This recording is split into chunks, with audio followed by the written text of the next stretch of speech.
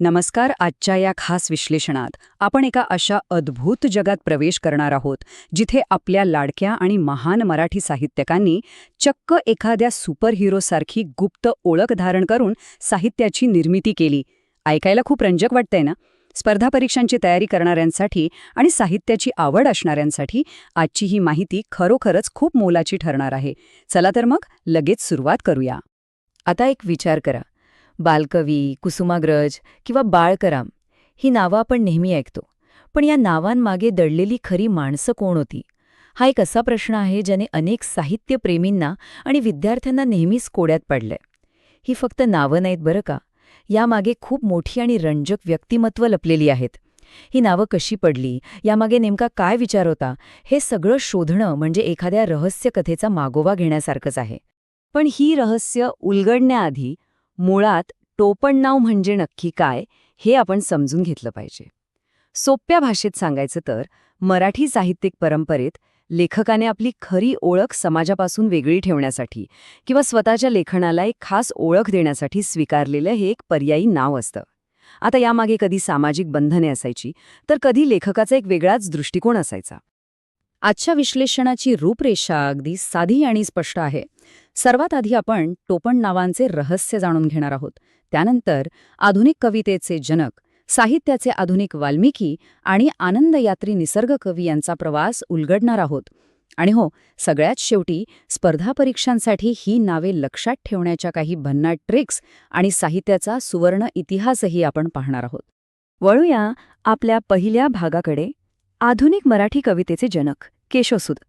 आपण सुरुवात करतोय अशा एका युगप्रवर्तक कवीपासून, ज्याने परंपरेची जुनी चौकट अक्षरशः मोडून काढली आणि महाराष्ट्राला एका मुक्त छंदाची ओळख करून दिली. कृष्णाजी केशव दामले या नावाचा आणि आयुष्याचा आलेख पाहिला तर लक्षात येतं की त्यांचं आयुष्य दुर्दैवाने खूपच कमी होतं. वयाच्या अवघ्या 39व्या वर्षी म्हणजे 1905 मध्ये त्यांचं निधन झालं. पण 1866 मध्ये जन्मलेल्या या महान कवीने आपल्या छोट्याशा आयुष्यात केलेली साहित्यिक क्रांती खरोखरच अफाट होती. 1880च्या दशकात त्यांनी इंग्रजीतील सॉनेट हा 14 ओळींचा काव्यप्रकार सुनीत या नावाने मराठीत आणला आणि तो प्रचंड लोकप्रियही केला.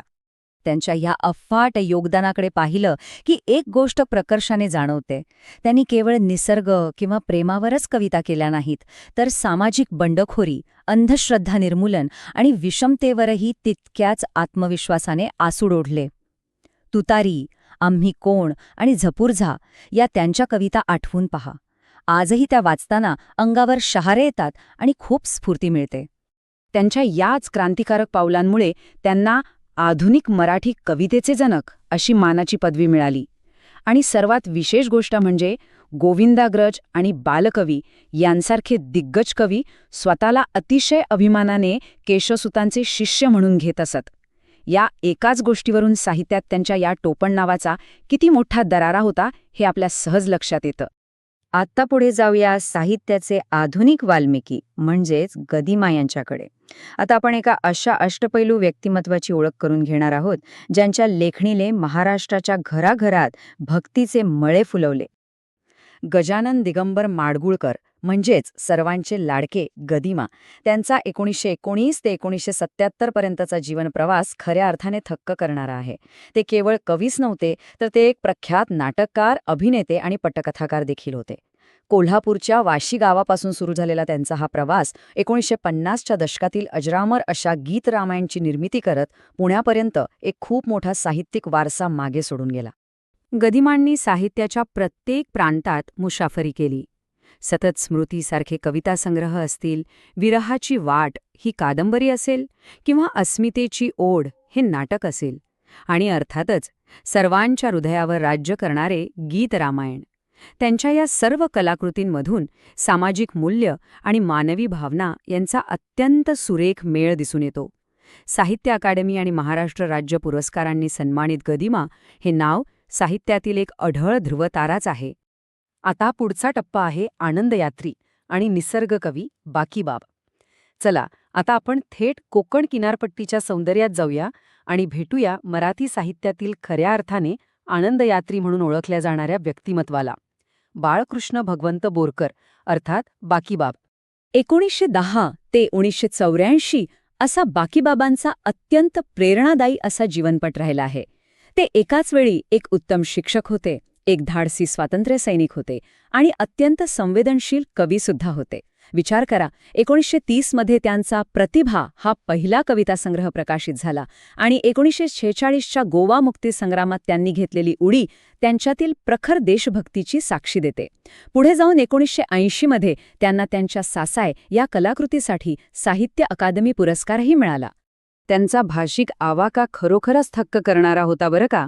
बाकीबाब यांनी गोमंतकीय सौंदर्याचा प्रभाव असलेली निसर्ग आणि प्रेम कविता मराठी आणि कोकणी अशा दोन्ही भाषांमध्ये अत्यंत कुशलतेने गुंफली. इतकंच नाही तर महात्मा गांधी आणि विनोबा भावे यांच्या साहित्याचे त्यांनी कोकणीत केलेले अनुवाद त्यांच्या या भाषिक प्रभुत्वाची उत्तम साक्ष देतात. आणि आता आपण वळतोय नावे लक्षात ठेवण्याच्या ट्रिक्सकडे. महा-टी-ई-टी मास्टर क्लास या विश्लेषणाच्या सर्वात व्यावहारिक आणि उपयुक्त भागाकडे आपण आलो आहोत. स्पर्धा परीक्षांसाठी ही टोपणनावे लक्षात कशी ठेवायची, पाठांतर न करता? चला, याच्या काही अतिशय सोप्या आणि भन्नाट ट्रिक्स आता आपण पाहूया. सर्वात आधी तो मुद्दा क्लिअर करूया जिथे खूप जणांचा हमखास गोंधळ उडतो. हे चिपळूणकर आडनावाचं चक्रव्यूह भेदण्यासाठी एक सोपी ट्रिक पक्की लक्षात ठेवा. कृष्ण शास्त्री यांचे नाव थेट जॉन्सन यांच्याशी जोडा आणि विष्णू शास्त्री यांचे नाव शिवाजी यांच्याशी जोडा. हे सूत्र एकदा डोक्यात फिट बसलं ना की परीक्षेत कधीच गोंधळ उडणार नाही. आता ही शब्दांची साखळी पहा, अतिशय रंजक आहे. दामले या आडनावावरून दामण म्हणजे दोरी हा शब्द आठवायचा. दामण कशापासून बनते तर सूतापासून, आणि सूत या शब्दावरून केशवसूत अगदी चटकन आठवतं. हा एक साधासा विचार तुमची स्मरणशक्ती अतिशय मजबूत करतो. अगदी तसंच गोपाळ हरी देशमुख यांच्या नावासाठी त्यांच्या नावातील हरी हा शब्द वेगळा काढा आणि तो हितवादी या शब्दाशी जोडून यमक तयार करा. हरी हितवादी. सोपं आहे ना? हे एकदा असं लिंक केलं की लोकहितवादी हे टोपण नाव तुम्ही कधीच विसरू शकणार नाही. आणखी एक गमतीशीर ट्रिक पाहूया. बापूजी ठोंबरे यांच्या नावातील बावरून बालक लक्षात ठेवा आणि बालकवरून बालकवी. आणि नारायण गुप्ते यांचे गुप्ते हे इंग्रजी बी या मुळाक्षराशी जोडले की कवी बी आपोआप तयार होते. परीक्षेच्या त्या घाईत आणि तणावात हे लहान शॉर्टकट्स तुमचा खूप वेळ वाचवतात बरं का. इथे काही महत्त्वाची नावे लक्षात ठेवणं अतिशय आवश्यक आहे. जसे की राम गणेश गडकरी हे गोविंदाग्रज किंवा बाळकराम, माधव पटवर्धन म्हणजेच माधव जुलियन, आणि विशेषतः यशवंत दिनकर पेंढारकर यांना मिळालेली अत्यंत सन्मानाची महाराष्ट्र कवी ही पदवी. हे मुद्दे परीक्षेत तुम्हाला हमखास मार्क मिळवून देतील याची खात्री बाळगा. आपण आता साहित्याचा सुवर्ण इतिहास या टप्प्यावर आलो आहोत. हे विश्लेषण संपवताना या सर्व गोष्टींकडे पाहताना या दिग्गजांचे ऐतिहासिक महत्त्व आणि त्यांचे साहित्यातील अवाढ्य वजन समजून घेणं खूप गरजेचे आहे. साहित्याच्या या एवढ्या मोठ्या प्रवासात आपण क्रांतिज्योती सावित्रीबाई फुले यांच्या महान योगदानाला कसे विसरू शकतो. त्यांना मराठी कवितेच्या जननी असे अत्यंत आदराने संबोधले जाते.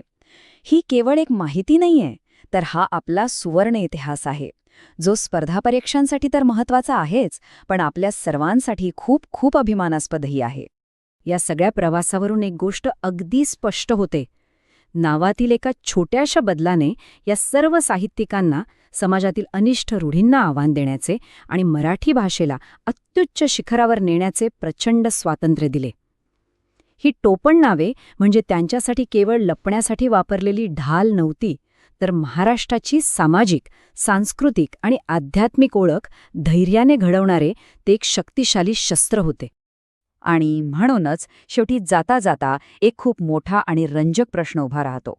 पुढचा एखादा महान मराठी लेखक असेच एखादे गुप्त टोपण नाव स्वीकारेल का? की आजच्या या इंटरनेट आणि सोशल मीडियाच्या डिजिटल पारदर्शक युगात ही सुंदर आणि रहस्यमयी परंपरा आता कायमची मागे पडली आहे? यावर नक्की विचार करा आणि या महान साहित्याचा अधिकाधिक अभ्यास करून हा अभूतपूर्व वारसा असाच पुढे घेऊन जाण्याचा प्रयत्न करत रहा. धन्यवाद.